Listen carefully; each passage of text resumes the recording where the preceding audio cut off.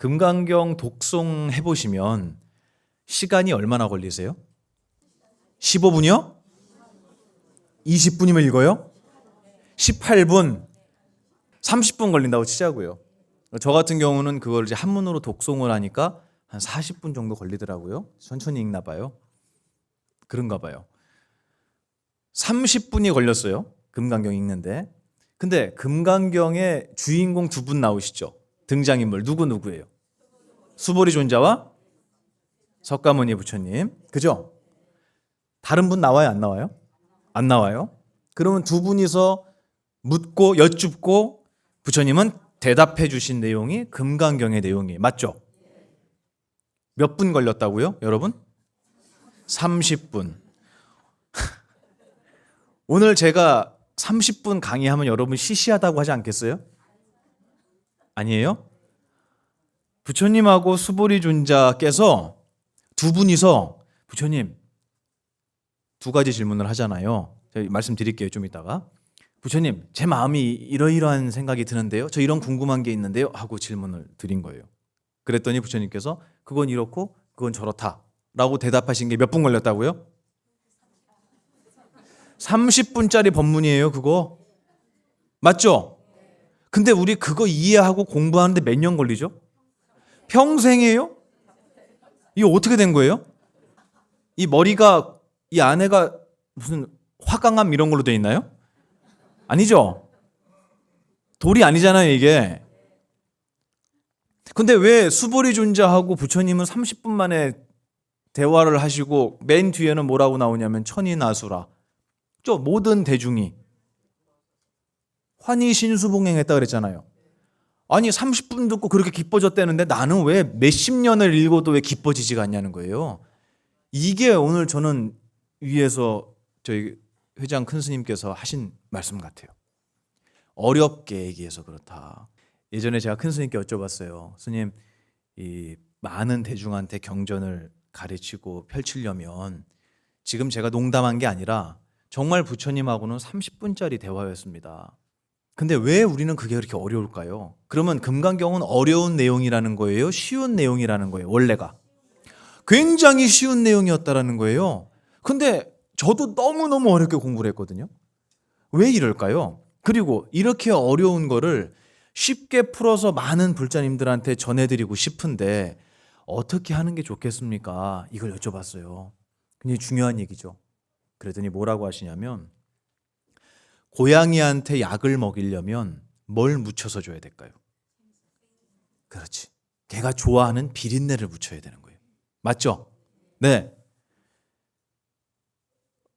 비린내를 묻힌 약을 고양이를 줬더니 먹어요, 안 먹어요? 먹는 놈도 있고 안 먹는 놈도 있어요. 네, 그것도 각양각색이에요. 묻힌다고 다 먹지 않아요. 의심 많은 놈들은 또 안 먹어요. 누구처럼? 저처럼. 네. 여러분은 다 드실 거예요. 근데 그걸 묻혀서 주면 이놈이 안 먹어요. 그럼 어떻게 해야 되냐? 좀 더 진한 비린내를 묻혀야 되는 거예요. 이게 저희 스님께서 해주신 말씀이에요. 그러면 약에다가 약을 먹이기 위해서 비린내를 묻히다 보면은 나중에는 약은 없어지고 비린내만 먹이게 된다는 거예요. 이게 이 자리에서 저뿐만 아니라 모든 수행자들이, 모든 스님네들이 여러분에게 무언가 말씀을 전해드릴 때 가장 마음속에 크게 올라와 있는 짐 같아요. 여기서 내 이야기를 하고 보만 스님의 이야기를 하잖아요. 여러분 되게 즐거워하실 거예요. 저하고 되게 가까운 것처럼 느끼시고요. 그리고 법문 너무 재밌었어 라고 이야기하실 거예요. 그런데 그게 비린내만 남아있는 법문이었다면 어떠시겠어요? 안 되죠? 듣기에는 좋을지 몰라도 그거를 내 마음속에 담고 살아갈 만한 어떠한 약도 안 담겨 있는 법문이라면 그 법문입니까? 아니죠. 아니에요. 그건 그냥 스님 혼자 떠든 거예요. 농담한 거예요. 그게 아니고 스님은 농담 가운데에서도 무엇을 담아야겠어요? 그렇죠. 진실을 담아야 되는 거예요. 부처님 가르침을 담아야 돼요. 이게 쉬운 작업일까요? 맞아요. 그거에 대해서 그 말씀을 좀 전에 해주셔서 제가 정말 부족하다라는 생각을 많이 하고 말씀을 드리고 내려왔어요. 오늘 제가 여러분한테 드리고 싶은 얘기도 사실은 비린내 속에, 재밌는 이야기 속에 약을 담아보려고 했어요. 근데 이제 강아지한테 그 막 구충약 이런 거 먹이잖아요. 그러면 소세지 같은 거 걔들 좋아하는 소세지 있잖아요. 거기다 탁 그 알약을 박아갖고 주잖아요. 그럼 어떻게 해요? 알약을 이렇게 그거 뱉어요. 기가 막히게 뱉어요. 그러지 않는 시간이 됐으면 좋겠습니다. 제가 오늘 여러분한테 드리고 싶은 얘기가 저 어릴 때 저희 큰 스님하고 이제 산속에 살면서 겪었던 얘기예요. 뭐냐면 정말 우체부도 못 들어오는 산에 살았거든요. 그 폐가예요, 폐가. 근데 어떤 일이 있었냐면 그 폐가를 수리해서 들어가 살고 있는데 연부를 하잖아요, 거기서. 그럼 목탁을 치면서 스님들이 연부를 하면 이 목탁 소리가 이거 정말 기이한 경험이었거든요. 누가 나타날 것 같아요? 맞춰보세요. 여러분 절대 못 맞출걸요? 맞춰보세요. 누가 나타날 것 같아요? 새? 아니요. 밤에 그 빈집에서 목탁 치잖아요. 그 흙으로 벽을 만들었죠. 옛날 집은. 다 부서졌을 거 아니에요.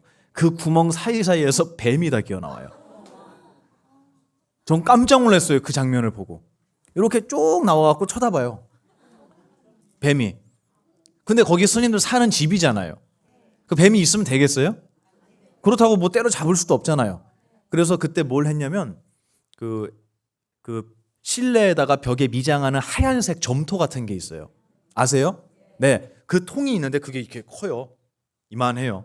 그 통을 옆에다 두고 집게를 하나 갖다 놓고 목탁으로 연불하다가 뱀 나오면 집게로 잡아서 이렇게 통에 탁 넣어요. 그냥 둘 수는 없으니까 쫓아내야 되니까.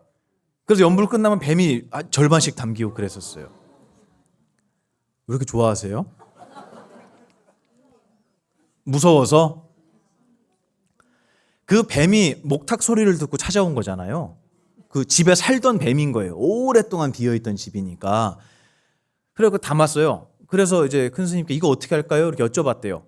저희 사형 스님들이. 그때 뭘 어떻게 갖다 버려? 이렇게 말씀하셨대요. 그래서 바깥에다 이제 쏟아 버린 거예요. 걔가 돌아올까요? 안 돌아올까요? 돌아와요. 근데 뱀은 이상하게 스님들을 물지도 않아요. 걔네는. 그리고 독사만 있는 것도 아니잖아요. 독 없는 뱀도 있어요. 그리고 이렇게 손가락처럼 가는 뱀도 있어요. 요만한 애기들도 있어요. 근데 애기라고 용서해줘요, 우리가? 아니죠. 죄다 집게로 잡아갖고 통에 넣은 다음에 나중에 다 갖다 버리는 거예요. 그럼 또 들어와요. 들어오면 또 내보내고, 들어오면 또 내보내고. 근데 우리 무상사는 들어오면 또 내보냅니까, 여러분? 여러분 들어오면 어떻게 해요, 무상사에서는? 아이고 반갑습니다. 어서 오세요. 근데도 자주 와요, 안 와요? 누구보다 못하다?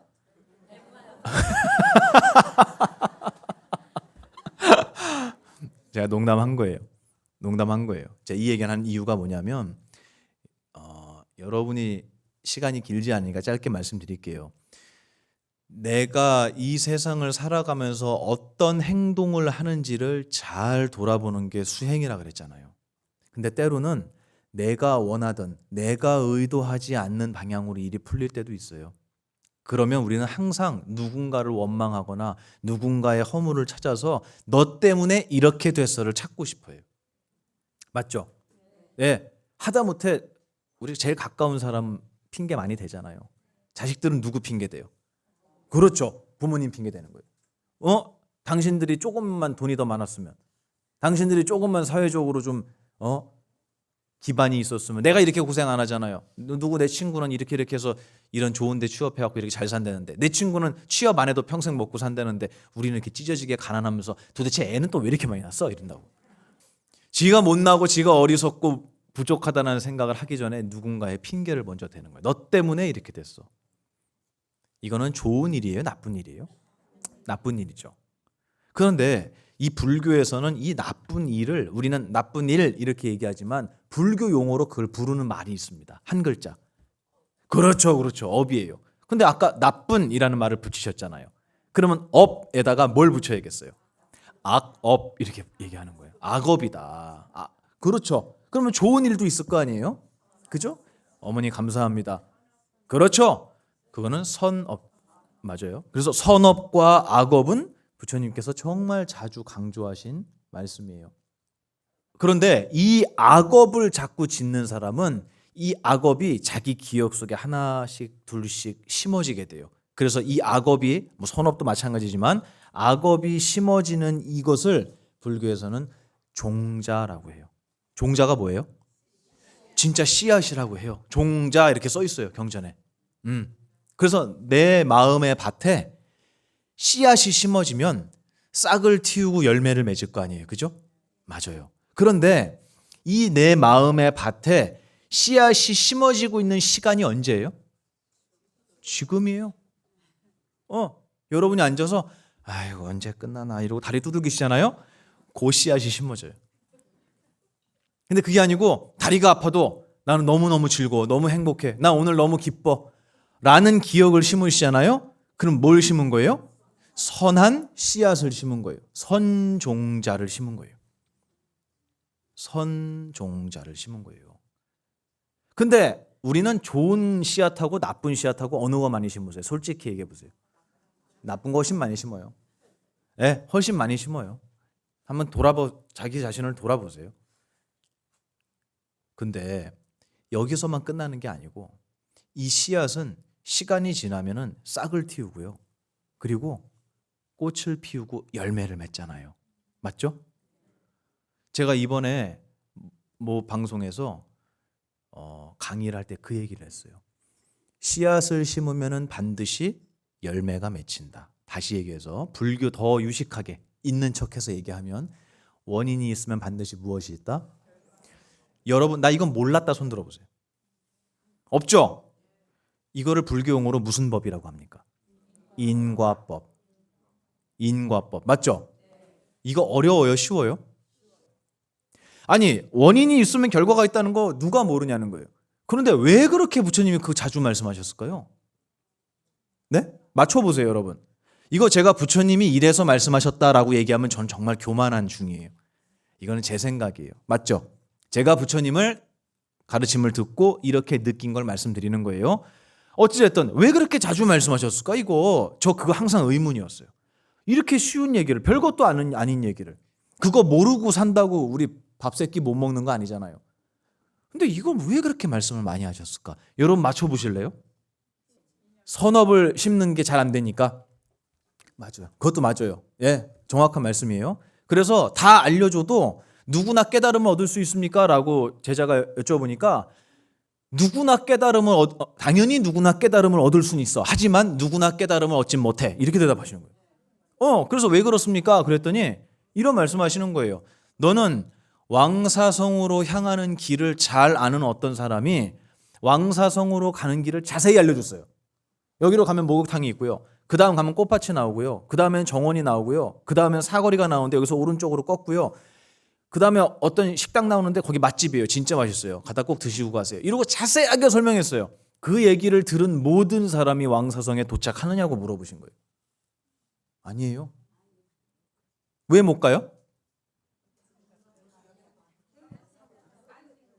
말을 안 들으니까. 누구처럼? 보만 스님처럼.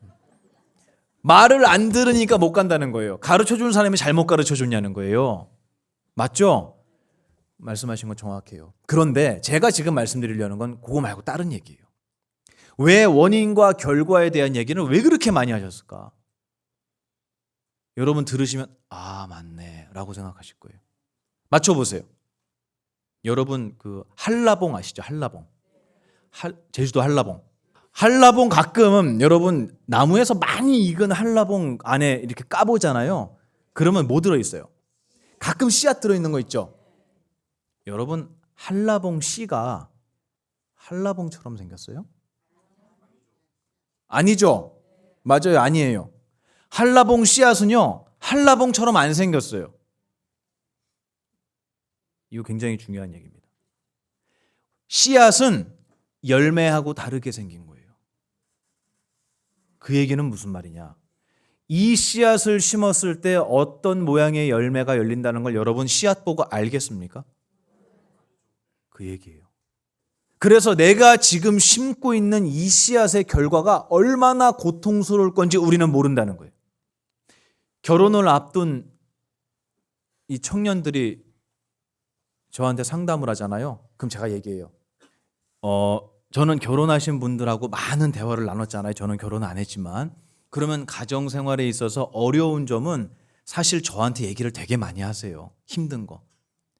이제 부부 사이에도 힘든 게 있고 특히 자식 문제 있잖아요. 그런 힘든 거를 막 얘기를 해요, 저한테. 그 정말 기구한 분들이 정말 많아요. 맞죠? 여러분들도 사연 없는 분이 어디 있어요, 여기. 다 있잖아요. 그 사연이 그렇게 나에게 생길 거라는 거를 결혼하기 전에는 알까요, 모를까요? 모르죠. 그래서 제가 얘기를 해줘요. 결혼하면 이것도 힘들고요, 이것도 힘들고요, 저것도 힘들 거예요. 그랬더니 왜 스님은 안 좋은 것만 얘기를 하냐요.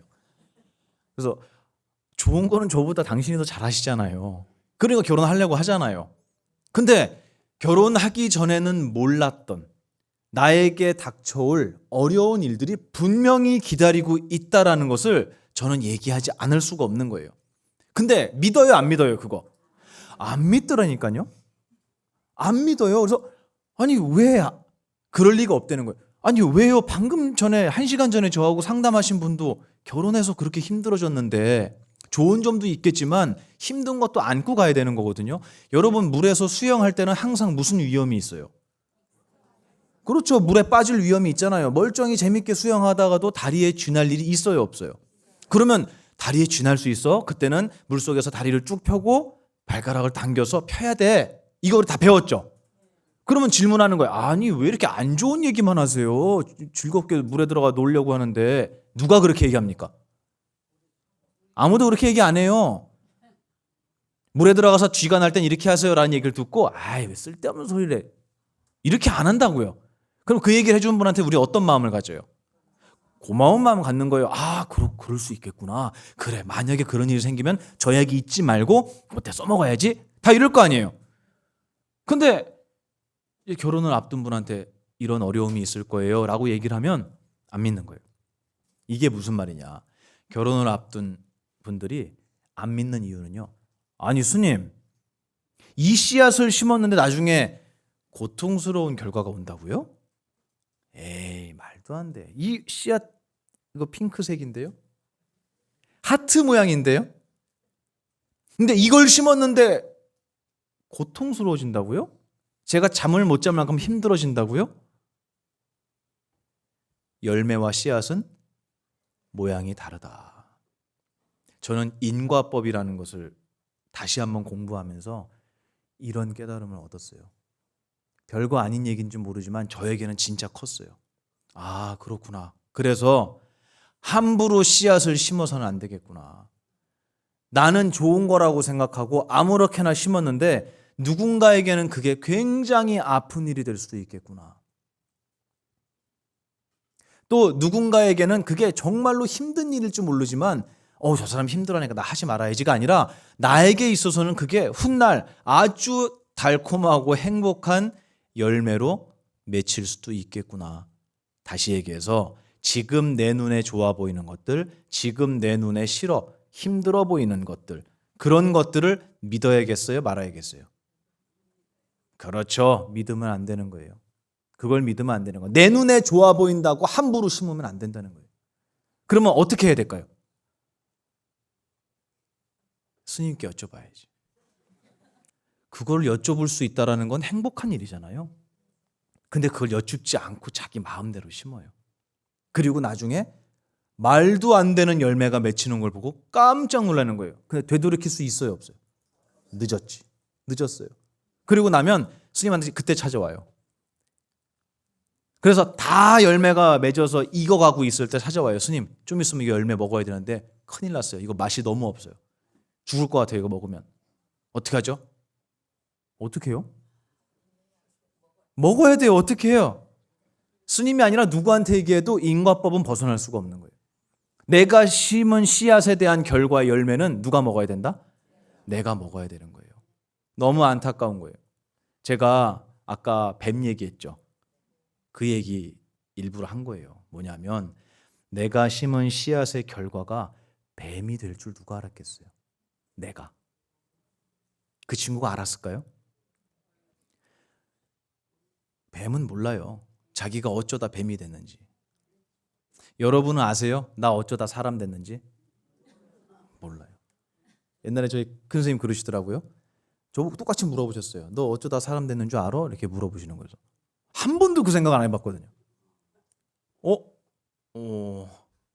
아니요? 모르겠는데 기억 안 나는데요. 그랬더니 뭐라 그러시냐면 어떤 사람이 어떻게 해갖고 서울에 갔어요. 여기 무상사에 왔어요. 근데 이 사람을 저 밑에 그 거제도에 있는 어떤 시골에 제가 갖다 놨어요. 그분 서울 올 수 있을까요? 없을까요? 어렵죠? 왜? 어떻게 왔는지를 모르잖아요, 서울을.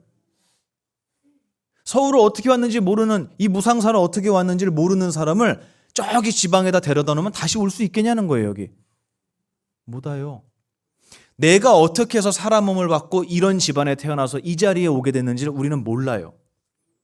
그러면 다음 생에 올 수 있겠냐는 거예요. 그 말씀을 해주셨어요.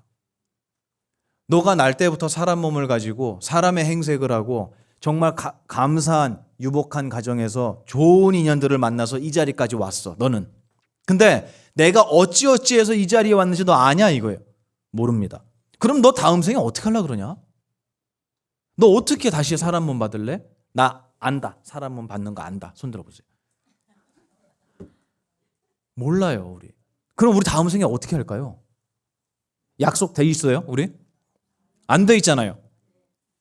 그러면 맨날 남의 거 탐내고 남 욕하고 남 미워하고 해코지했던 사람들은 무슨 몸을 받겠냐는 거예요. 이래도 윤회를 안 믿고 인과를 안 믿냐는 거예요. 내가 이 땅에 어떻게 온 줄도 모르는 주제에 다음 생을 안 믿는다고요?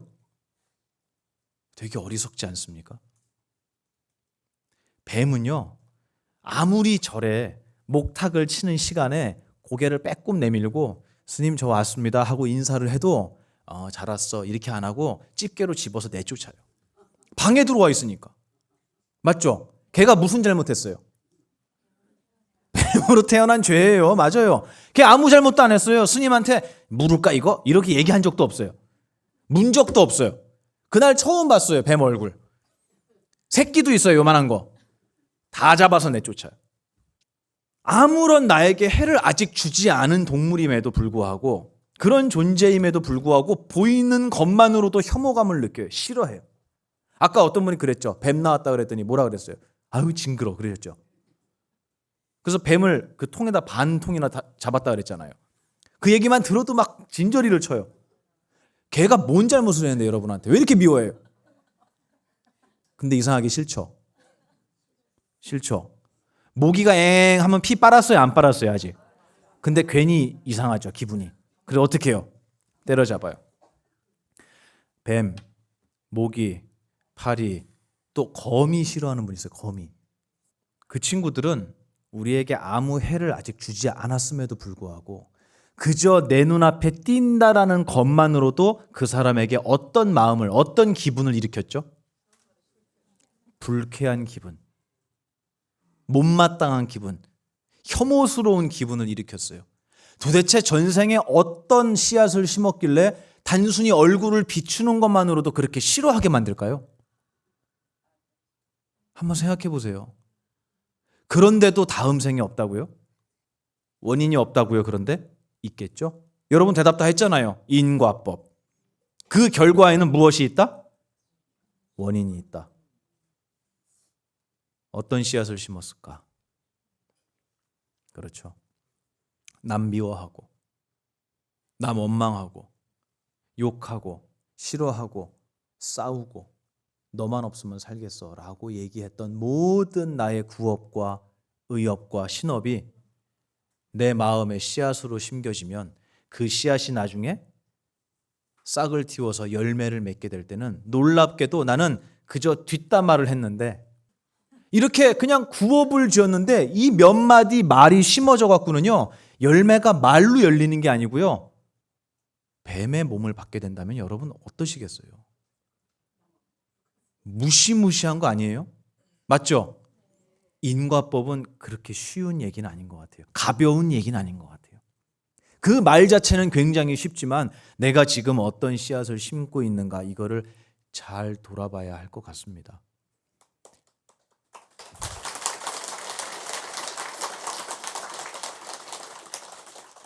고맙습니다. 날 때부터 스님이 있어요, 없어요? 없죠? 네, 날 때부터 스님 없어요. 그러면 우리 거사님 성함이 어떻게 되세요? 심응자 제자. 네, 그 심응제라는 멋진 이름은 누가 주셨습니까?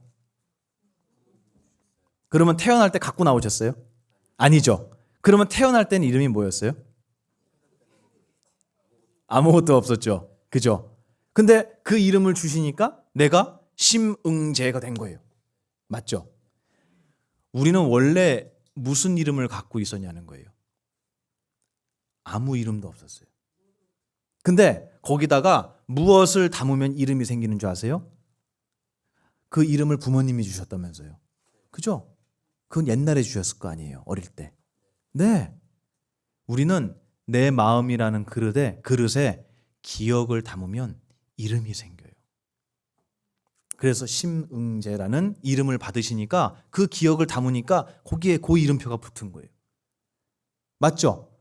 내가 행복한 기억을 담으면 그 그릇의 이름은 뭐가 될까요?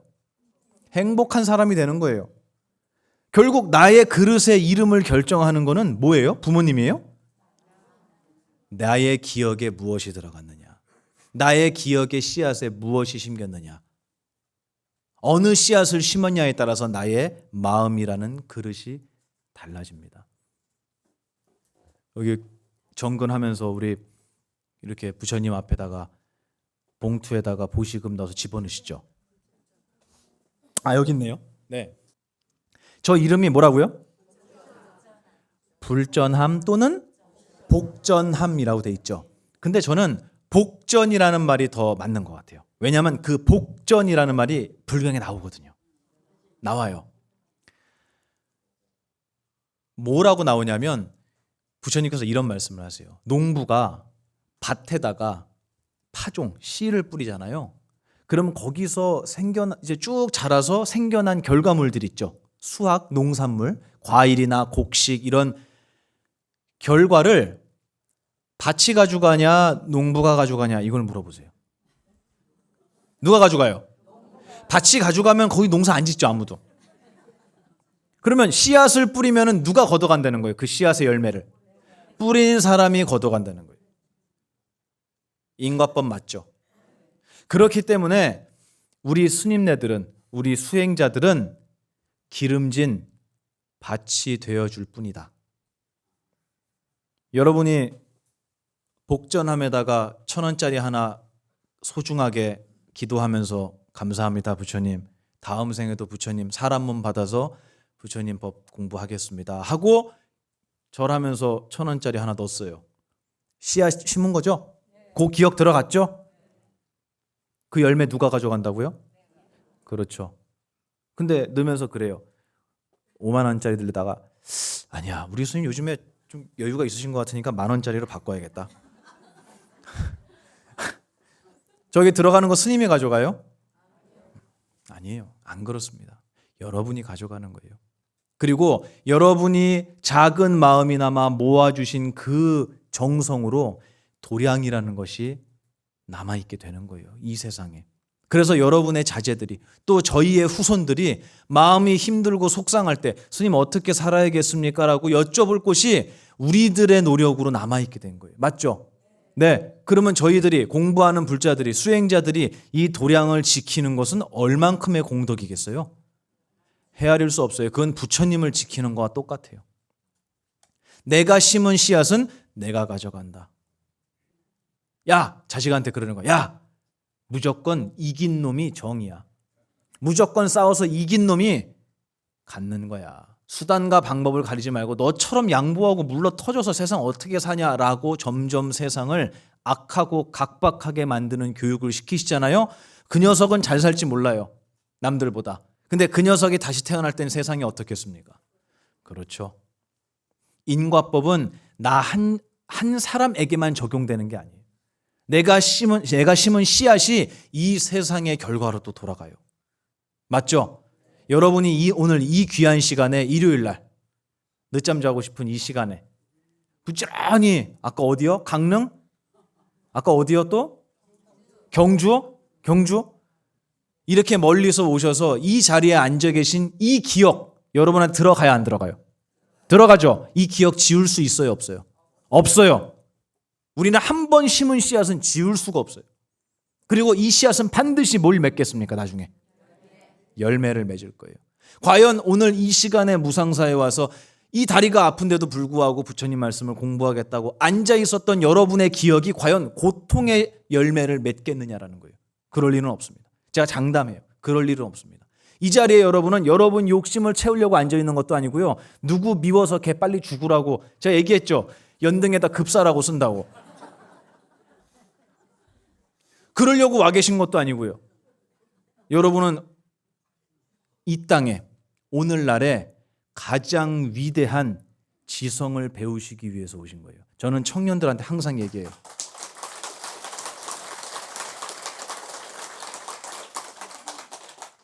시간이 지날수록 부처님 법은 빛이 날 겁니다.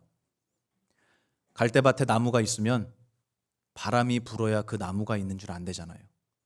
지금 바람 불고 있어요. 온 세상이 혼란스럽고요. 모든 사람은 편을 나누고 싸우고 있어요. 바람 부는 세상 아닙니까? 폭풍이 부는 세상이에요. 이럴 때 모든 갈대가 바람에 누울 때 무상사에 와 계신 여러분들은 깨달음의 나무가 돼서 아름답게 서 있다라는 것을, 옛날부터 서 있었다는 것을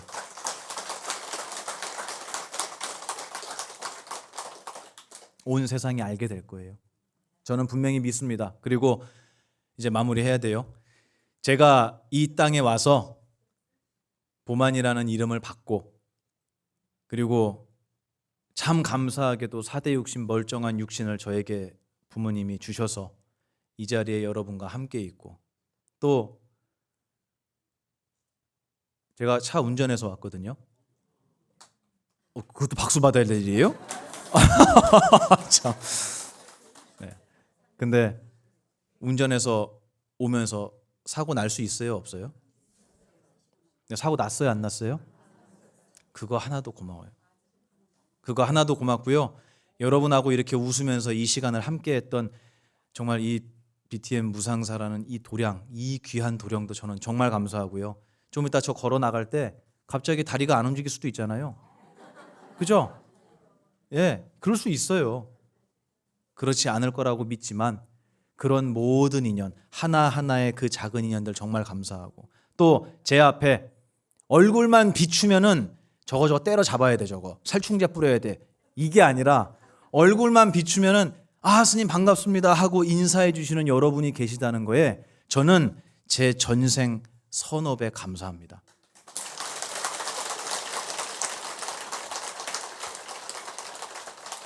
여러분 잘 살아오셨어요.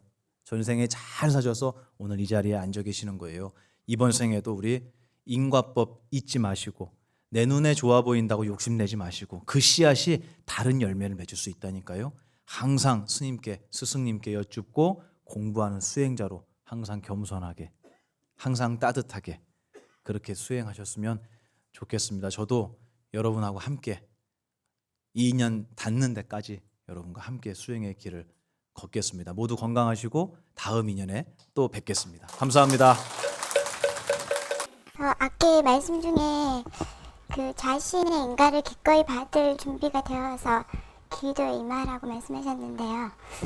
그 최근에 절을 하거나 이렇게 하면서 이렇게 과거에 지나간 일들이 자꾸 떠오르면서 굉장히 부끄럽고, 이렇게 절을 하거나 내가 지금 착하게 산다고 해서 그런 게 다 벗어날까, 인과가 없어지는 게 아닌데, 그래서 참 두렵거든요. 그래서 정말 아까 말씀처럼 그런 마음으로, 사실은 그 마음으로 모든 걸 다 받을 마음으로, 그런 마음으로 기도를 해야 되는데 너무 두려워요, 그게. 무슨 못된 짓을 얼마나 많이 했던데 두려운지는 모르겠는데 그 두려워하지 마라. 첫째, 이 세상에는 좋은 일 하고도 칭찬받기는커녕 비난받는 경우도 있습니까? 없습니까? 있죠. 그럴 때 부처님은 그런 비난도 기꺼이 받아라 이랬어. 그런데 내가 나쁜 짓 하고 비난받는 것 정도야 뭐 때문에 못 받겠느냐. 예를 들어서 기꺼이 받아들이려고 마음을 내면 두려움이 없어집니다. 그럼 지금 두려움은 왜 생기느냐? 받을까 봐 겁을 내기 때문에 두려움이 생기는 거예요. 받겠다고 마음을 내면 하나도 안 두렵습니다. 내가 예를 들어서 좋은 일을 했다. 근데 칭찬받을 걸 생각했는데 비난을 받으면 기분이 나쁘죠? 억울하고 분하죠? 그럼 억울하고 분한 마음이 나면 누가 괴롭습니까? 내가 괴롭죠. 그런데 좋은 일 하고도 비난받는 것도 기꺼이 받아들인다. 만약에 이게 진짜 좋은 일이라면 비난받더라도 해야 됩니까? 안 해야 됩니까? 해야 되지. 여기 사람이 굶어 죽는다. 북한 동포들이 굶어 죽는다. 근데 이거 도와주면 사람들이 날 욕한다. 그러면 비난이 두려워서 도와주지 않는다 할 때는 이거는 진정으로 그를 위하는 마음이 아니란 말이에요. 내가 비난을 받더라도 내가 두들겨 맞더라도 저거 살려야 되겠다. 이런 마음을 내야 된단 말이에요. 물에 빠진 사람이 있는데 저 건져주면 저는 분명히 나한테 도리어 보따리 내놔라 갈 거다. 그러니까 아이고 막 그냥 못 본 척 하자. 이거 아니에요. 보따리 내놔라 할지언정 어떻게 한다. 죽어가는 생명은 살려줘야 된다. 이게 진짜 좋은 일이란 말이에요. 그렇기 때문에 좋은 일하고 얻어먹는 거 뭐 때문에 하냐 이렇게 생각하면 안 돼요. 그게 좋은 일이라면 비난도 손실도 상관 안 할 만큼 마땅히 해야 할 일이면 해야 된단 말이에요. 근데 이 세상은 늘 여러분들이 좋은 일을 하고 칭찬받으려고 생각했는데 칭찬은커녕 복받으려고 생각했는데 복은커녕 비난과 재앙이 따르니까 괴로워하고 그러죠. 그래서 좋은 일 한다고 행복하지 않다 이 말이에요. 좋은 일 그 자체가 중요한 게 아니라 좋은 일을 어떤 마음으로 하느냐가 중요하다. 작은 이익을 논해가지고 미꾸라지 살려주면서 거북이 살려주면서 복 물어와라 복 물어와라 10배 100배 1000배 10,000배 물어와라 이렇게 생각하잖아. 그 흥분놀부 얘기 알죠? 제비가 다리가 부러져서 너무너무 파닥파닥 하니까 불쌍해서 흥분은 치료해줬지. 복무라고 치료해줬어요? 아니요. 불쌍해서 그냥 치료해주고 끝났는데 결과로 복이 온 거예요. 근데 옆에서 구경하던 놀부가 복이 딱 욕심이 나가지고 제비 다리를 치료했다 이 말이야. 그 복이 욕심이 나니까 제비 다리 부러진 제비 다리가 없으니까 부질겨서 치료를 했다 이 말이야. 이게 지금 우리가 바라는 복이에요. 뭐 하면 복 받나 보니까 스님이 무수상 보시면 복 받는다 하니까 이름을 써라 그래도 안 쓰려고 그럽니다. 왜? 혹시 복 적어질까 봐. 그러니까 이럴 때는 이건 이미 올바른 태도가 아니에요. 무주상보시란 것은 이름을 쓰고 안 쓰고가 아니라 이건 내가 마땅히 해야 할 일로 하는 거지 뭘 바라고 하는 게 아니다 이런 얘기. 그러면 안 바란 흥부는 복이 돌아오고 바란 놀부는 재앙이 돌아왔잖아. 그럼 내가 바랐냐 안 바랐냐 이게 중요한 게 아니에요. 인과법을 믿으면 바라고 안 바라고 이런 데 따르는 게 아니에요. 인연지은 대로 오기 때문에. 그렇기 때문에 우리가 좋은 인연을 지으면 좋은 과보가 오는 걸 믿으면 올지 안 올지 두려워할 필요가 없다 이 말이에요. 오늘 안 오면 내일 올 거고 이 생 안 오면 다음 생에 올 거고. 그런데 오기는커녕 비난이 왔다 이거야. 그러니까 부처님이 그걸 해석을 어떻게 해줬어? 그 비난이 온 게 그게 복이다 이 말이에요. 아이고 부처님 비난이 어떻게 복입니까? 이거 재앙이지. 네 원래 명의 네 40밖에 못 사는데 그 욕 한 번 얻어먹고 네 50까지 산디. 그럼 복이요 복 아니요? 그보다 더 큰 복이 없어. 그래서 좋은 일하고 욕 얻어먹으면 오래 산다. 이런 말이 생겨난 거란 말이에요. 근데 요거도 뭐 오래 산다. 그거 말이 아니에요. 앞에 무슨 일? 좋은 일이 붙어 있어. 좋은 일 하고도 비난을 받으면, 욕을 얻어먹으면 오래 산다. 근데 이 세상에서 제일 가치 있는 게 수명 아닙니까? 그죠? 그보다 더 큰 복이 어디 있어? 그러면 좋은 일하고도 욕 얻어먹는 걸 복이라고 생각하면 나머지 이 세상에 일어나는 일 두려워할까 안 할까? 안 하겠지. 금강경에도 나오잖아요. 금강경을 수지 독성하면 이루 헤아릴 수 없는 공덕이 있다. 아침에 중생을 위해서 내 목숨을 버리고, 점심 때 목숨을 버리고, 저녁 때 목숨을 버리고, 이렇게 해서 365일, 그것도 넘어서서,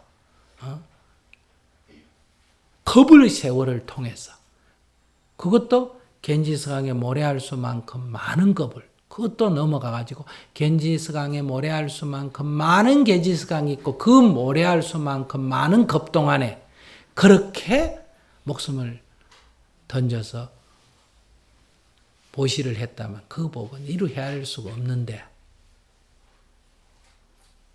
그것도 유루복이다.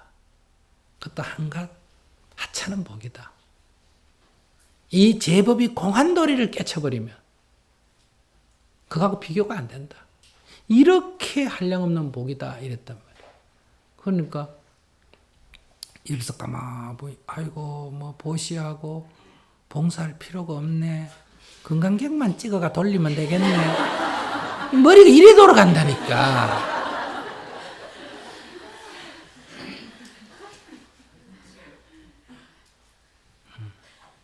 그래서 미꾸라지를 방생하는 이유가 뭐예요?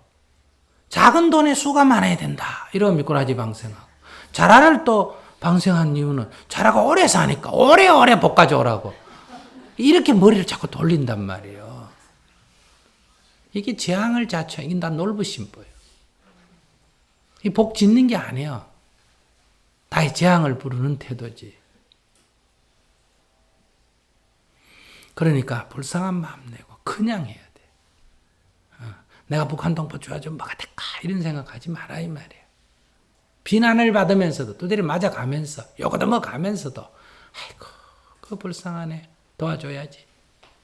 그 뭐 내 한 대 팬다고 뭐 내가 죽나 욕 좀 얻어먹는다고 뱉다고 들어가나 그래도 내가 1,000원이라도 보내주면 사람 먹고 살지 않겠나 이렇게 탁 마음을 내버리면 된다. 그 비난과 질시를 기꺼이 받아들이는 거. 그러면 뭐라 그랬어? 불법을 믿는 사람은 다 이게 없어지는 게 아니라 뭐 한다? 명으로 공덕이 돌아오든지 뭘로 다 공덕이 돌아온다. 그래서 여러분들 보이지 않는 순간에 교통사나 죽을 것도 묘하게 피해 나가고 병을 내어 죽을 것도 묘하게 피해 나가고 두 다리 부러질 한 다리 부러진다 이 말이야. 근데 여러분들 어떻게 생각하냐면 교통사고랑 한 다리 부러지면 아이고 공덕을 그래서 안 돼도 다리 부러지네 이렇게 생각하는 거예요. 그 생각을 딱 바꿔야 돼요. 어떻게? 두 다리 부러질 거 공덕을 쌓아서 한 다리 부러졌다. 아이고 부처님 감사합니다. 이렇게 해야 되는데 부처님도 소용없더라.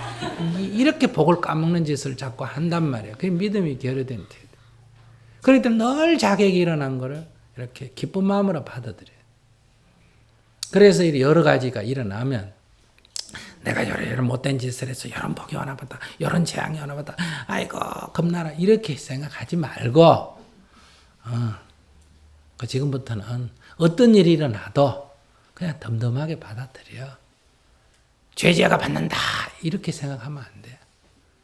나도 모르게 어리석어서 불법 만나기 전에 내가 온갖 못된 짓만 했잖아. 그죠? 그러니까 인생살이에 여러 가지 재앙이 따를까 안 따를까? 따르겠지.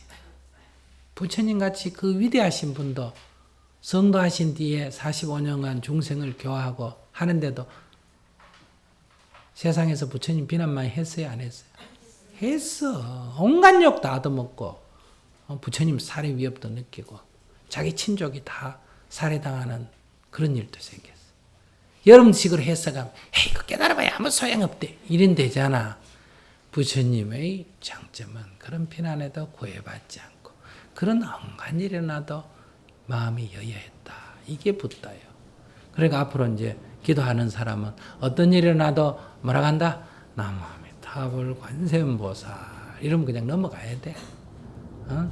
내일 남편이 뭐 보따리 사가지고 가겠다, 딴 여자하고 바람을 피웠다 하더라도 나무 관세음보살 이러면 말아야 돼. 그래 말고 가만 안 오면 다 그냥 받아들일 때 내가 부족해서 그렇겠지 이렇게 받아들이면 돼. 자기 생각을 다 내려놓고 그렇게 쭉 밀고 나가야 이게 신앙이고 이게 수행이다.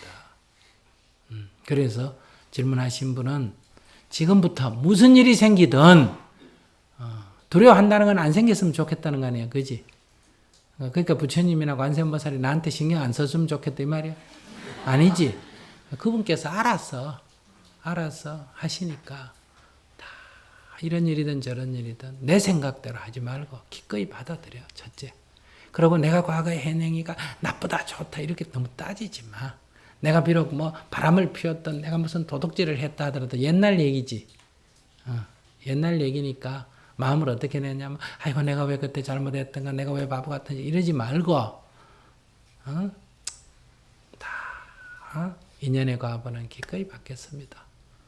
이 인연의 과보를 기꺼이 받는 마음을 내야 다시는 그런 인연을 짓지 않겠다는 원이 생기는 거예요. 요리조리 피해 다니려고 생각하지 마라. 그냥 큰 길로 확 갈 마음을 내란 말이에요. 그러면 인생이 딱 편해져요. 인생이 딱 편해지면 세상이 보여. 그렇게 정리를 하세요. 불교에서는 인연설, 인과응보, 그리고 이제 업설 이런 등등 많은 참 좋은 법문을 많이 듣고 있습니다만은 살다 보면은 어떻게 그 대지진이 난다든지 예의치 않는 그런 일사가 벌어진단 말씀이에요. 네. 그러면 그 자리에서 그냥 한꺼번에 많은 사람이 몰살을 해버려. 네. 그러는 데 있어서의 그 사람들 중에 업보가 그렇게 두터워서 그랬는지, 죄를 많이 져서 그랬는지, 그것이 항시 참 걸립니다. 그래서 여러분들 아마 질문이 들란지 모르겠습니다만은 일어섰습니다. 좋은 고견 주시기 바람하지 않습니다. 우리는 사는 거는 좋은 거고 죽는 거는 나쁜 거다 이런 생각을 해요. 그러니까 태어나는 건 복이고 죽는 거는 재앙이다 이렇게 생각해요. 근데 이거 자체가 잘못됐어요. 만약에 이 세상에 태어난 사람들이 천년만년 안 죽으면 어떻게 될까? 이 세상이 좋아질까요? 나빠질까요? 좋아지겠어요?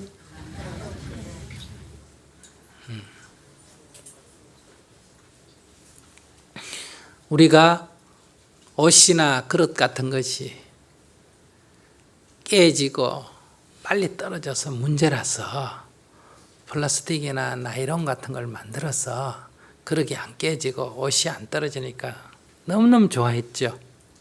근데 지금 다시 생각해 보니까 그게 안 썼기 때문에 어때요? 엄청나게 지금 큰 문제잖아요. 그러니까 우리는 늘 하나만 보고 하나는 모른다. 생겨난 것은 다 사라지게 돼 있습니다. 생겨난 것이 사라지는 것은 잘못된 게 아니에요. 그것은 이 우주의 법칙이에요. 이 우주는 이루어지고 머무르고 흩어져서 사라지는 성주개공을 하고 이 모든 생명 우리들의 육신은 태어나고 늙고 병들어 죽어가며 생로병사를 하며 우리들의 이 한 생각은 일어났다가 머무르다가 흩어져서 사라지는 생주이멸을 한다. 그것이 물질 세계든 그것이 생명의 세계든 그것이 정신 세계든 모든 것은 다 변한다. 이게 뭐예요? 재행은 무상하다. 이게 진리란 말이에요. 무상한 것이 진리예요. 그런데 우리는 어떤 사물을 짧은 시간 관찰하거나 한 부분만 관찰하고는 변하지 않는다, 영원히 지속된다, 이런 착각을 하고 있다 이 말이에요. 그러니까 변하는 것을 변하지 않는다고 잘못 알고 있기 때문에 변하게 되면 고통이 된다 이거예요. 죽을 수밖에 없는 존재를 죽지 않아야 된다고 생각하기 때문에 죽음이 오면 고통이 된다 이거예요. 지진이 일어나는 거는 누가 나쁜 짓을 해서 벌 주려고 지진이 일어난 것도 아니고, 홍수가 일어난 거는 누가 바람을 피워가 그는 벌 주려고 그런 것도 아니고, 그것은 자연현상이다. 그 자연현상이라는 건 옛날에 자연현상이 왜 일어난지를 모를 때는 저 사람이 둘이가 연애를 해가 저기 하늘이 놀래가 홍수가 나거나 이래 생각했는데, 요즘은 태풍이다, 지진이다, 홍수다 하는 것은 이 자연의 역학관계, 이 에너지의 상호관계에서 일어나는 하나의 현상이란 말이에요. 그러니까 우리가 그 원리를 이제 알았어. 그것을 미리 알면 우리가 피할 수가 있죠. 근데 우리가 그걸 미리 모르면 거기 피해를 볼 수가 있다 이 말이에요. 그러면 불법이란 건 뭐냐? 이렇게 피해를 보는 거를 저놈 자식들은 죄를 많이 져 피해를 보니까 내버려 두자, 이게 아니라 사람은 살다 보면 예기치 않는 일로 이런 일이 일어날 때 부처님의 가르침은 내일이 아니라도 그 고통을 내가 내일로 생각하고 받아들여서 그들을 보살펴라 하는 게, 이게 불법이란 말이에요. 미얀마 사람들 그 나쁜 짓 하더니 벌 받았구나, 죽은 놈들 꼭 까불락거리더니 잘 됐다, 이게 불법이 아니에요. 그 예수 안 믿으니까 벌 받았다, 불교 안 믿으니까 벌 받았다, 이거는 중생심보예요.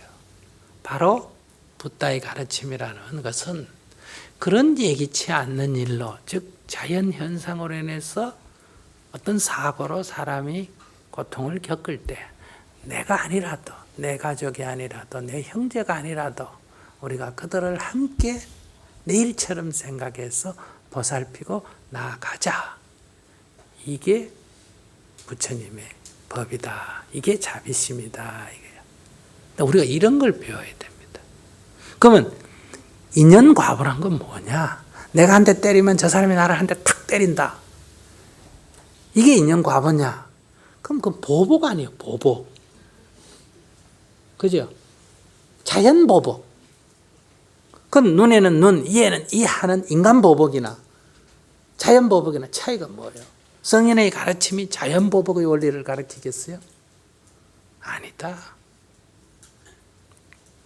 나의 어리석음이, 이 진리를 알지 못하는 나의 어리석음으로 인해서 고통이 생겨난다. 오늘 우리가 겪는 고통은 다 나의 어리석음으로 인해서 생겨난 거다. 내가 만약에 욕심에 눈이 어두워가지고 남의 물건 훔쳤다, 갖고 싶었어.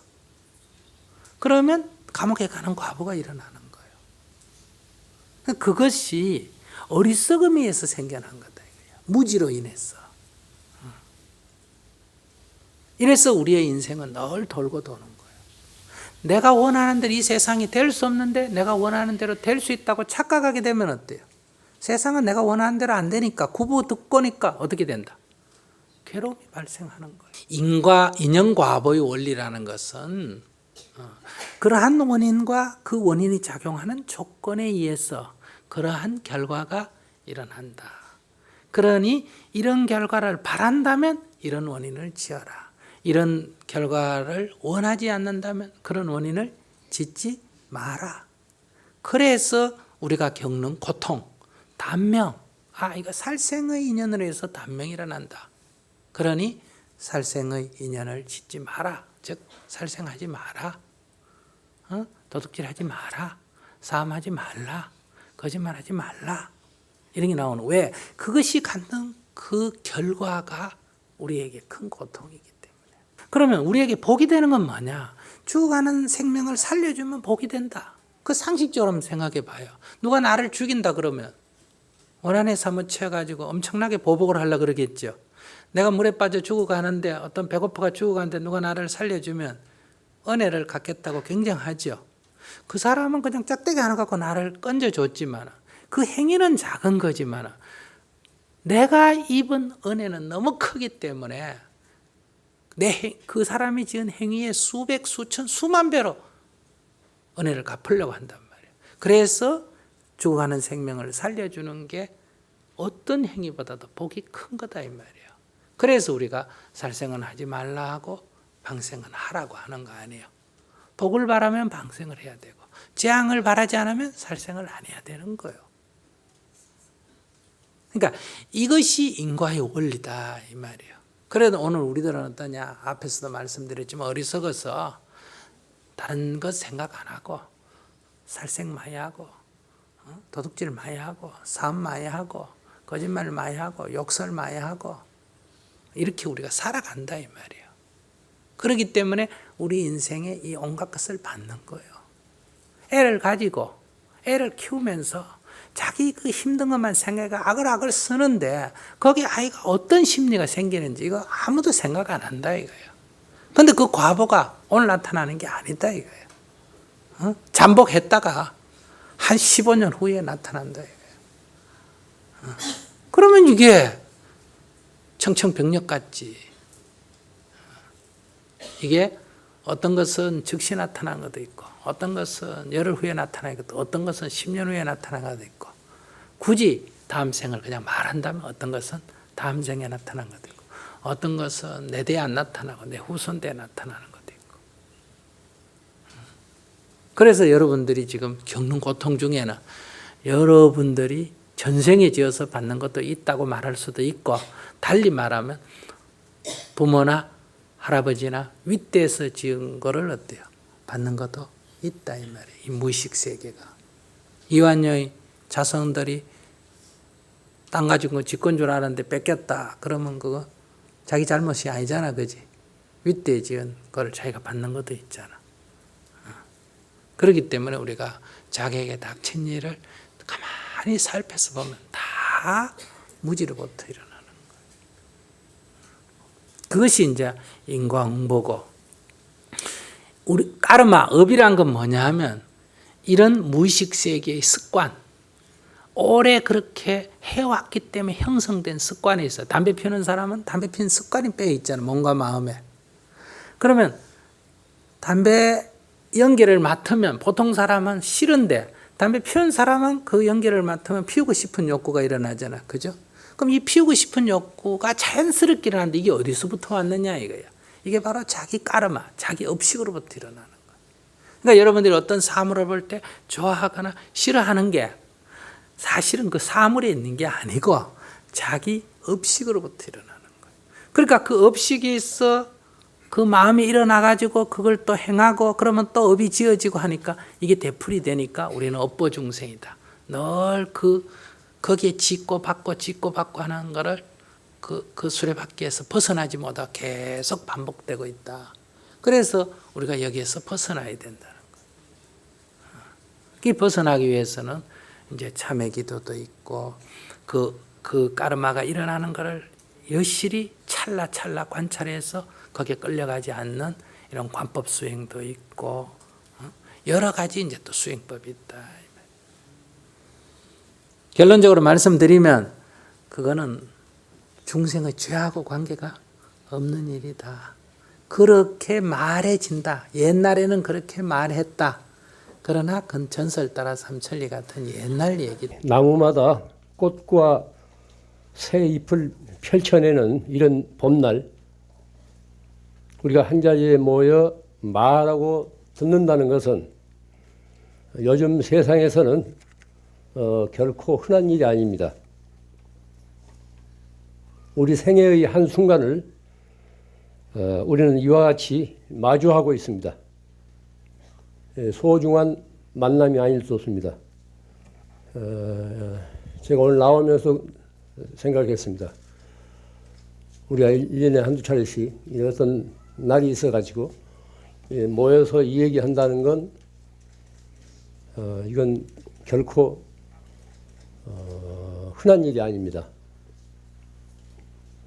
또 여러분도 여기 나오실 때 큰맘 먹고 뭐 다른 바쁜 일도 집안에 있을 텐데 모처럼 또 일요일 날 가족들과 쉴 텐데 이렇게 마음 먹고 나오시고 저도 이제 새벽부터 일어나서 이렇게 이제 나오고 한다는 것은 우리 이런 만남이 그만치 소중하기 때문에 그렇습니다.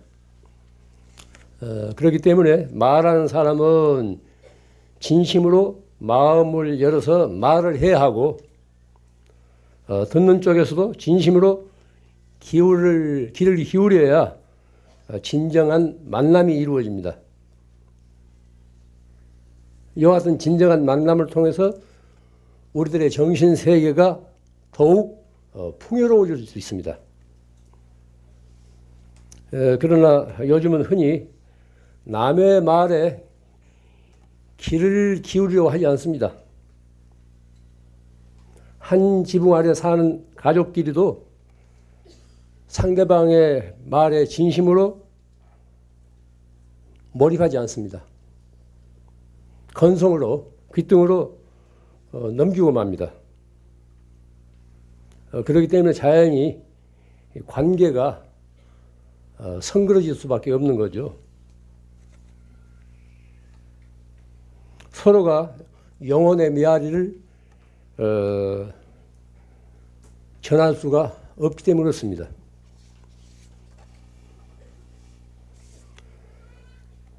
우리가 사는 지금 이 세기가 바로 21세기입니다. 20세기와 크게 이제 다른 점이 몇 가지 있는데 그 중에 또 하나가 이제 정보 매체예요. 요즘은 어디를 가나 인터넷이 활개를 치는 그런 세상입니다. 인터넷을 통해서 무엇인가 또는 누군가와 접속을 하지 않으면 사람 축에 못 드는 그런 세태예요. 20세기와 크게 다른 점이 그렇습니다. 인터넷을 이용한 사람들은 두 사람끼리 혹은 불특정 다수인을 상대로 각자의 자리에 뭉클이고 앉아서 수많은 정보를 주고받습니다. 이때 감정을 교환하는 일은 거의 없습니다. 이것은 어디까지나 정보를 주고받기 위한 간접적인 접속이지 직접적인 접촉은 아닙니다. 간접적인 접속은 어디까지나 일방적입니다. 그렇기 때문에 자기 중심적이고 한편 또 이기적입니다. 그렇기 때문에 정이 오고 갈 수 없어요. 한마디로 비인간적입니다. 가끔 외국에 나가서 사신 친지들로부터 인터넷을 통해서 제 소식을 듣는다는 말을 듣습니다. 그때마다 저는 약간 씁쓸한 그런 생각이 들어요. 접속과 접촉은 발음은 비슷하지만 그 뜻은 전혀 다릅니다. 접속은 간접적이고 일방적입니다. 그러나 접촉은 직접적이고 상호간의 만남이에요. 우리는 지금 이 자리에서 접속이 아닌 접촉을 하고 있습니다. 상대방의 표정을 살피고 눈길을 마주하고 목소리를 듣고 분위기를 함께 누립니다. 때로는 손을 마주잡거나 미소를 짓거나 쓰다듬는 접촉을 통해서 인간의 정이 오고 갑니다. 이와 같이 접촉은 인간적입니다. 컴퓨터의 사각 스크린 앞에서 주고받는 정보는 이 시대의 편리한 수단입니다. 분명히 편리한 수단이에요. 그러나 여기서는 인간의 냄새를 맡을 수가 없습니다. 그것은 어디까지나 차디찬 기계의 장치이지 살아서 숨쉬는 따스한 생명체는 아닙니다. 이런 가상을 한번 해보십시오. 어느 날 갑자기 휴대전화와 컴퓨터와 텔레비전이 우리 곁에서 사라진다고 한번 가정해 보세요. 아마 큰 난리가 날 거예요. 많은 사람들이 삶맛을 잃고 생을 포기하는 사람들이 부지기수일 겁니다. 특히 하루에도 수십 통씩 문자 메시지를 주고받고 그 문자 메시지에 매달려 사는 젊은 사람들은 더욱 그렇을 겁니다. 휴대전화와 컴퓨터와 텔레비가 나오기 전에 사람들은 지금보다 훨씬 더 행복을 누리면서 살 줄 알았습니다. 지능적인 사기꾼도 덜 걱정스러웠어요. 신속하고 편리한 정보 매체를 곁에 두고 사는 요즘의 우리들은 어째서 그전보다 더 행복할 수 없는가? 우리가 깊이 생각해야 됩니다. 이렇게 편리한 정보 수단을 가지고 사는데 왜 그전보다 우리가 더 행복할 수 없냐 이겁니다. 세상은 더 살벌해지고 더 극악해지고 사람들은 더 왜소해집니다. 과다한 정보는 분명 이 공해입니다. 과다한 정보, 지나친 정보는 공해예요. 왜냐하면 정보가 사람의 자리를 빼앗기 때문에 그렇습니다. 그래서 데이터 스모그란 말이 있지 않습니까? 데이터 스모그. 과다한 정보는 이게 하나의 오염, 스모그라는 거예요. 매연이라는 거예요. 공해라는 겁니다. 인터넷으로 접속이 안 되거나 해커들에 의해서 방해를 받을 때 마치 세상이 뭐 종말이라도 온 것처럼 그렇게 야단스럽지 않습니까? 어쩔 바를 모른다고. 왜냐하면은 이런 그 연장에 길이 들었기 때문에 뭐든지 즉석에서 해결하려고 해요. 뭐든 즉석에서 끝장을 내려고 한다고. 참고 기다릴 줄을 몰라요. 참고 기다린다는 것은 인간의 덕입니다. 그런데 이렇게 신속한 편리한 기계 장치에 의존하면서 살다 보니까 뭐든지 즉석에서 해답을 꺼내려고 해요. 젊은이들 사이에 자살률이 높은 것도 그겁니다. 그건 한때의 어떤 고비인데 그걸 극복하지 못하고 뛰어내리지 않습니까? 참고 기다릴 줄을 몰라요. 이때 그는 자기 자신이 영혼을 지닌 인간이라는 사실을 까맣게 잊어버리고 있습니다. 우리가 인간이라는 사실을 까맣게 잊어버리고 있다고 해요. 자기 자신을 잃어버린 겁니다. 어떤 것이 중요한지 같이 판단을 해야 돼요. 생활의 도구인 그런 정보 매체가 중요한 것인지 자기 자신이 중요한 것인지 같이 판단을 해야 됩니다. 그런 그 매체 앞에서 그냥 쩔쩔매고 어쩔 줄 몰라 하는 것, 참고 기다릴 줄 모르는 것, 모든 즉석에서 해결하려고 하는 것, 이것은 영혼을 지닌 인간이 할 도리가 아닙니다. 할 생활 태도가 아닙니다. 자기 자신을 잃어버렸기 때문에 그렇습니다. 한낱 생활의 도구에 존속되어 가지고 본질적인 삶을 잃어버린 거죠. 이것이 우리가 지금 살고 있는 요즘의 세태입니다.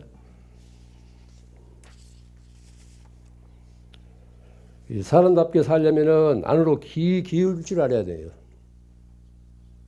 바깥 현상에만 팔리지 말고 자기 내면의 소리를 들을 줄 알아야 합니다. 삶의 의미를 어디에 두고 살아야 할 것인지 거듭거듭 물을 수 있어야 돼요. 친구와 살틀한 우정을 지속하려면 한동안 떨어져 있는 시간이 필요합니다. 각자 자기 자신을 확인하는 홀로 있는 시간이 필요해요.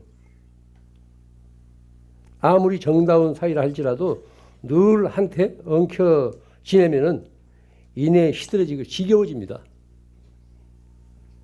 우리가 늘 겪는 일 아닙니까? 좋은 친구란 만날 때마다 서로의 우정을 새롭게 시작할 수 있어야 돼요. 왜냐하면은 친구든 내 자신은 어제의 내가 아니라니까요. 어제의 그 친구가 아닙니다. 오늘의 나는 새로운 나예요. 오늘의 친구는 새로운 친구라고.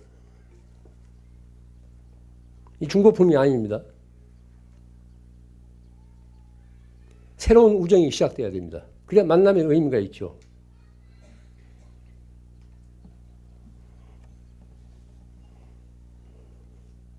좋은 친구란 만날 때마다 서로의 우정을 새롭게 시작할 수 있어야 돼요. 그래야 만남의 의미와 함께 서로의 삶이 풍요로워집니다. 만약 제가 날마다 이 자리에 와서 이렇게 떠버린다고 한번 가정해 보세요. 누가 여기 나오겠어요? 가끔 잊어버릴만 하면 한 번씩 나타나기 때문에 이렇게 오는 거지. 넘치는 것은 모자란만 못하다는 지혜로운 명언이 있습니다. 옛 우리 명언들이에요. 넘치는 것은 모자란 것만 못하다는 거예요. 우리에게는 그립고 아쉬운 삶의 여백이 필요해요. 뭐든지 꽉 채우려고 하지 마십시오. 포만 상태는 그건 죽음의 상태입니다. 아쉬운 점이 있어야 한다니까요. 어떤 그립고 아쉬운 삶의 여백 같은 것이 필요해요. 그리움이 고인 다음에 친구를 만나야 그 우정이 더욱 살뜰해집니다. 친구 사이만이 아니라 모든 인간사가 다 그렇습니다. 너무 많은 것을 보고 듣고 아는 과다한 정보는 공연한 말을 깊이 새겨두기 바랍니다. 그래서 아는 것이 병이라는 말이 있지 않습니까? 식자우한. 문명의 연장을 알맞게 활용할 줄 알면 그것은 이로워요. 왜냐하면 우리가 필요해서 만들어 놓은 연장이기 때문에 그렇습니다. 필요해서 만들어 놓은 기구이기 때문에 그래요. 알맞게 활용할 줄 알면 그것은 이로운 거예요. 그건 문명의 이익이에요. 그러나 거기에 너무 매달리거나 그 소용돌이에서 해결하지 못한다면 그건 해로워요. 그건 문명의 흉기가 됩니다. 그렇기 때문에 자신의 욕구를 적당히 자제할 줄 알아야 돼요. 현대 우리들은 그 덕이 모자라요. 적당히 자제할 줄 알아야 되는데 자제할 줄을 모른다니까요.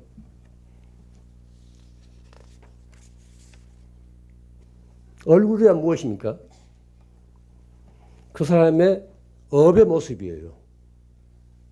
업의 꼴이라고. 그 사람이 어떻게 살았는가 하는 것을 그 얼굴로 드러낸 겁니다. 하나의 그 인생의 이력서예요. 예뻐지려면 비싼 돈 들어가면서 째고 꼬매기 게 아니라 먼저 예쁜 짓을 해야 돼요. 또 얼굴에 무슨 표준형이 있습니까? 아름다운 무슨 표준형이 있어요. 저마다 자기 얼굴을 가지고 있다고. 자기 얼굴을 가지고 살면 돼요. 누구와 비교합니까? 이게 우리가 뒤늦게 무슨 탤런트가 될 거예요. 배우가 될 거예요. 그 사람이 덕스럽게 살면 덕스러운 얼굴이 돼요. 착하게 살면 착한 얼굴이 된다고. 성형수술 좋아하지 마세요. 어떤 할머니는 성형수술을 많이 해가지고 밤에 잘 때도 눈을 감지 못하고 눈을 뜨고 잔다고. 눈을 뜨고 자. 이게 큰일. 곁에 사는 사람들이 무서워서 못 잔, 같이 못 잔대. 저마다 자기 모습을 지녀야 돼요. 남을 닮으려고 하지 마세요. 예쁜 짓을 하면은 그것이 이제 축적되면은 예쁘게 겉으로 드러난다니까요. 이 모방 범죄라는 말이 있습니다. 모방 범죄. 어떤 유형의 범죄가 발생하면은 그와 같은 그 모방해가지고 꼭 그와 같이 재현하는 일이 뭐 흔하다고. 소속들 이제 이 무슨 그 아파트 어수룩한 아파트 이제 가스모도 배관 타고 올라가기 시작하니까 계속해서 그런 일이 있잖아요.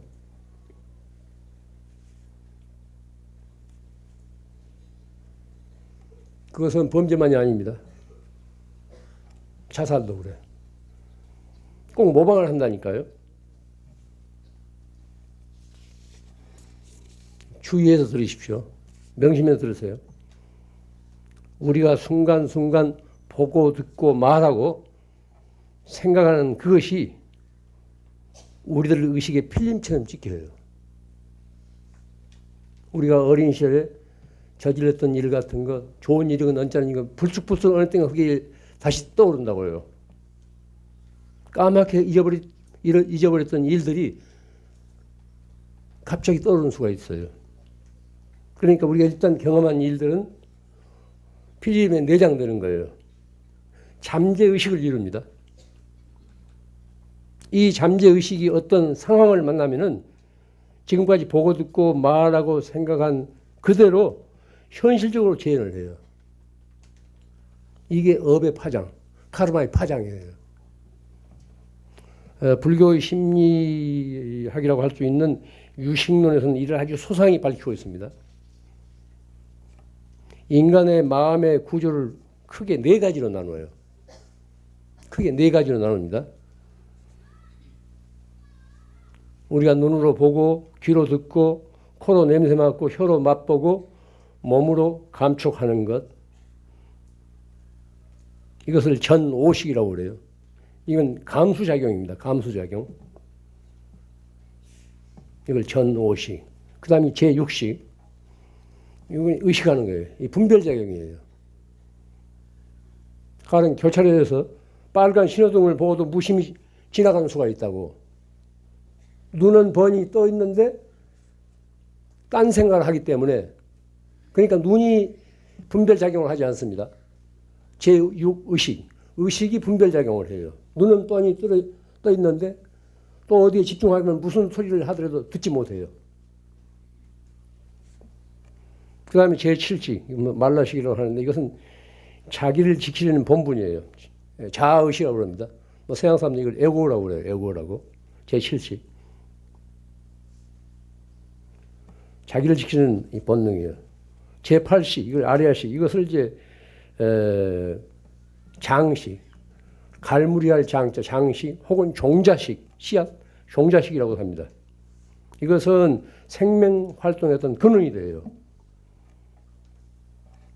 예를 들자면은 어떤 사람이 이제 뭐 카드빚에 쪼들렸든지 무슨 복잡한 일 때문에 자살을 하려고 낭떠러지에 서 있어요. 낭떠러지에 서 있는데 갑자기 뒤에서 굴러온다고. 돌이 큰 바위가 굴러오기 때문에 본능적으로 피해요. 죽으러 간 사람이 돌에 맞아 죽건 물에 떨어 죽건 똑같을 텐데 왜 본능적으로 피하느냐 이거예요. 이건 제7식. 자기를 지키는 그런 본능. 이 자아의식이 작용해서 그런다는 거예요. 인간 생활의 근원이라는 게 종자식. 그러니까 우리가 일단 경험한 것, 보고 듣고 말하고 생각하는 것은 일단 내장됩니다. 필름에 찍힌다고. 이걸 종자식이라고 해요. 종자식. 씨앗이 되는 거예요. 그런데 그 씨앗이 다음 행동을 일으킬 수 있는 하나의 요인이라고 해요. 이게 제8식입니다. 종자식. 제8식이에요. 다음 행동을 유발할 수 있는 그런 그 원인체입니다. 이 제8식 씨앗이. 우리 지금까지 보고 듣고 말하고 생각했던 것이 내장된 그것이 그래요. 이 씨앗이 어떤 상황에 이르면은 현실적으로 싹이 트고 오미 트고 활짝 열린다고 해요. 인도 옛 사람들은 이렇게 우리 심리 분석을 그렇게 네 가지로 그렇게 했습니다. 한마디로 하자면은 우리가 보고 듣고 말하고 생각하는 것 이건 그때 그치지 않고 이건 일단 우리 기억에 내장된다는 거예요. 업이 된다는 겁니다. 또 이런 걸 자꾸 되풀이하면 이것이 훈습, 마치 그 안개 속에서 어시셨듯이 어떤 향기 속에서 어시셨듯이 이걸 훈습이라고 그래요. 훈습을 하게 되면 업장이 두터워져요. 업장이 두터워져가지고 자기 의지로는 어떻게 할 수 없을 정도로 된다고. 결론적으로 말씀드리겠습니다. 모든 것이 넘치는 오늘 같은 세상에서 제정신을 차리고 자지적인 삶을 이루려면은 철저한 자기 관리가 필요합니다. 자기 관리가 필요해요. 자기 자신이 자기를 관리해야 돼요. 남이 한다고 해서 덩달아 따르지 말고 자기 의지대로 살 줄 알아야 돼요. 가치 판단의 기준은 어디에 두어야 될 것인가? 내가 이런 일을 해서 행복할 것인가? 불행할 것인가? 그게 답이에요. 어떤 순간에 속지 마세요. 우리가 순간순간 살지만 어떤 순간에 속지 마시라고.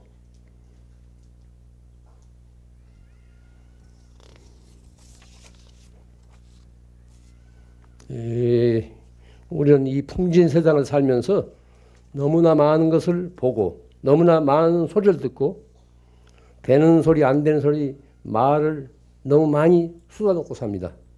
제 자신부터 그래요.